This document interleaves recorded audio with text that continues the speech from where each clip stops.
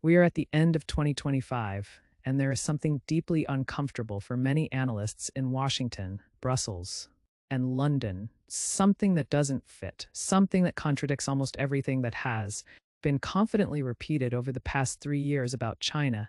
If one had relied only on Western headlines from 2023 and that 2024, China by now should be facing serious trouble, a real estate collapse, an imminent financial crisis, collapsing demographics, block technology, inevitable. Decoupling China has peaked. That was the consensus, repeated again and again with near total certainty. And yet here we are, at the end of 2025, and reality points in the opposite direction. Not a nuanced reality, not an ambiguous one, but a clearly different one. China's economy is not collapsing, not stagnating, not losing global influence. It is growing, exporting more than ever, advancing technologically, and expanding its global weight at a pace Washington clearly did not expect. This is not ideological opinion or sympathy for China. It is what the data show when narratives are set aside and real indicators are examined. And that is what makes this moment so revealing. Because for years, much of Western analysis was not based on what was happening, but on what needed to happen for U.S. strategy to make sense. The story was comfortable. China grew too fast, overreached, and now must pay the price. The miracle ended. The model failed. The system ran out of steam. A reassuring story. The problem is that in 2025, that story collides with the numbers and loses credibility. Start with growth. Official Chinese data, which many in the West automatically dismiss, put GDP growth in 2025 at around 5%. Some independent estimates even suggest it may be slightly higher. The immediate response is predictable. It's manipulated, fine. Then look at indicators that are harder to manipulate. Electricity consumption is up between 6 and 7%. Freight and transport volumes are rising. Industrial production remains strong. Exports are at historic highs. That is not propaganda. That is physical economic activity. Compare this with the West in 2025. The United States growing around 2.5%. Europe below 1% with Germany flirting with recession. Japan around 1.5%. China is growing roughly twice as fast as advanced economies while simultaneously restructuring toward higher value, added sectors. And that is what truly unsettles the Western establishment. If China were growing rapidly by doing the same old things, cheap labor, basic manufacturing, low-value exports, it would be easy to say this is unsustainable, but that is not what is happening in 2025. China is no longer just the world's factory. It is the global center of the energy transition, the largest producer of electric vehicles, the leading supplier of batteries, and the dominant force in solar panels. It is advancing in semiconductors despite sanctions and building financial infrastructure parallel to the Western system. This was not the expected scenario. U.S. strategy over the past several years rested on a central assumption: China was entering a phase of structural weakness, and a bit more pressure, sanctions, technology restrictions, decoupling, would accelerate its decline. But 2025 did something unforgivable for any strategy built on that premise. It disproved it. What is most troubling is not only that China is growing, but how it is growing. Not with the chaotic surges of the early 2010s, not with uncontrolled bubbles, but with slower, steadier, more sophisticated growth that is far more threatening to Western hegemony than the wild expansion of the past. China now not only produces more, it produces better, it produces technology, it produces systems. Meanwhile, much Western discourse remains stuck in 2023, repeating diagnoses that no longer describe the reality of 2025. To understand why so many misread China, one must first understand how Western consensus forms. It is not built on data alone, but on incentives, collective psychology, and intellectual comfort. Between 2023 and 2024, a nearly perfect narrative took shape. A real estate time bomb, demographic collapse, strangling technology sanctions, inevitable decoupling. Each element contained some truth, but together they were treated as guaranteeing collapse. That was the mistake.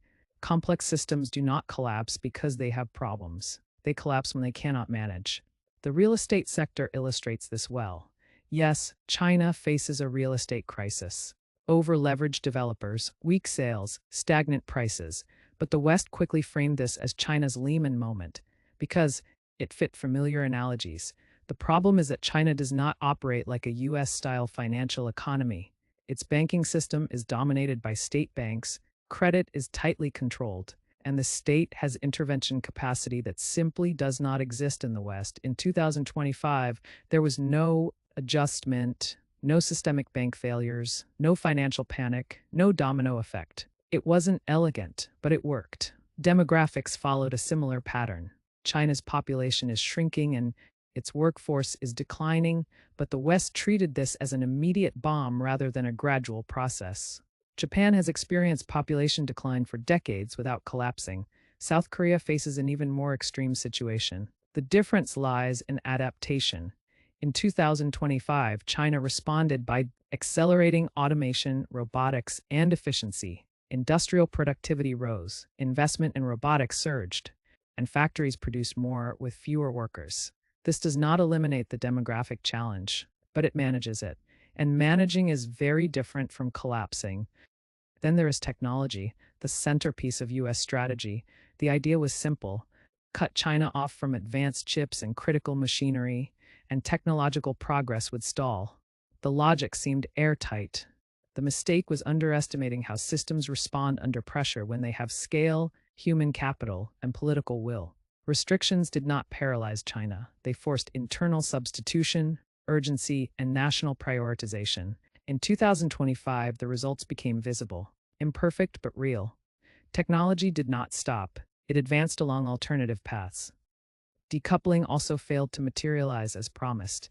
It was never total and never could be. In 2025, China remains the largest trading partner of more than 130 countries. That is not isolation. That is centrality. Why did so many analysts persist with the decline narrative even as data contradicted it?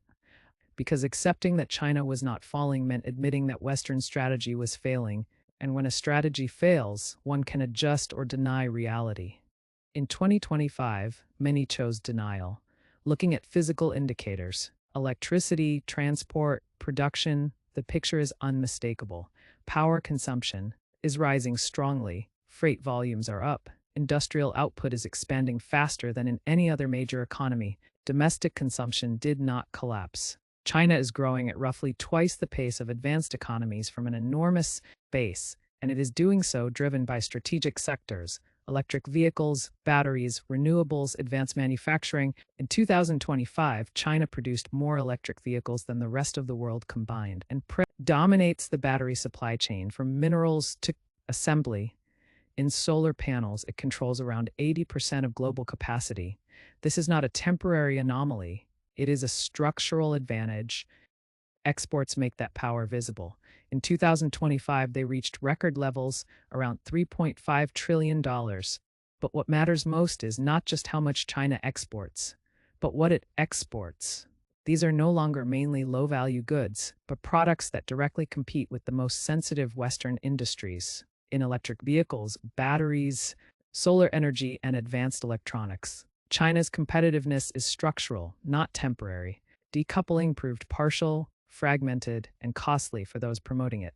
Many companies discovered that leaving China was not viable at scale. While they hesitated, China kept producing, innovating, and exporting. Trade is also influence. Every country that integrates Chinese technology into its economy ties part of its future to China's. That cannot be undone with speeches. In technology, into its economy ties part of its future to China's. That cannot be undone with speeches. In technology, 2025 was especially uncomfortable for Washington. Sanctions did not stop Chinese progress. They reshaped it. Substitution, optimization, and alternative architectures enabled advances in semiconductors, artificial intelligence, science, and space. This does not mean China surpassed Western leaders in every field, but it does mean the blockade did not work as promised. All of this translates into global power. In 2025, China consolidated its role as the primary trading partner for much of the world, expanded its financial influence, and offered partial but functional alternatives to Western-dominated systems. It is not trying to overthrow the global order overnight, but to reduce vulnerabilities and create options. Every country that uses those options slightly weakens external pressure. Domestically, the predicted collapse never came. The real estate sector remains weak, but damage was contained. Not everyone was saved. The system was. As property cooled, manufacturing, services, technology, and green energy took the lead. Debt exists, but its structure is different, largely domestic and denominated in local currency. The state retains fiscal space and intervention capacity. Demographic decline did not disappear, but it was offset by productivity and automation. The final balance of 2025 is uncomfortable. China did not merely outperform expectations. The West misdiagnosed the fundamentals. Strategy was built on the comforting assumption that time was on the side of the United States. 2025 shattered that illusion. China grew faster, exported more, advanced technologically, and maintained internal stability. None of this guarantees Chinese hegemony, but it does show that China is not a failed project waiting to collapse. It is a structural competitor that has learned how to operate under pressure.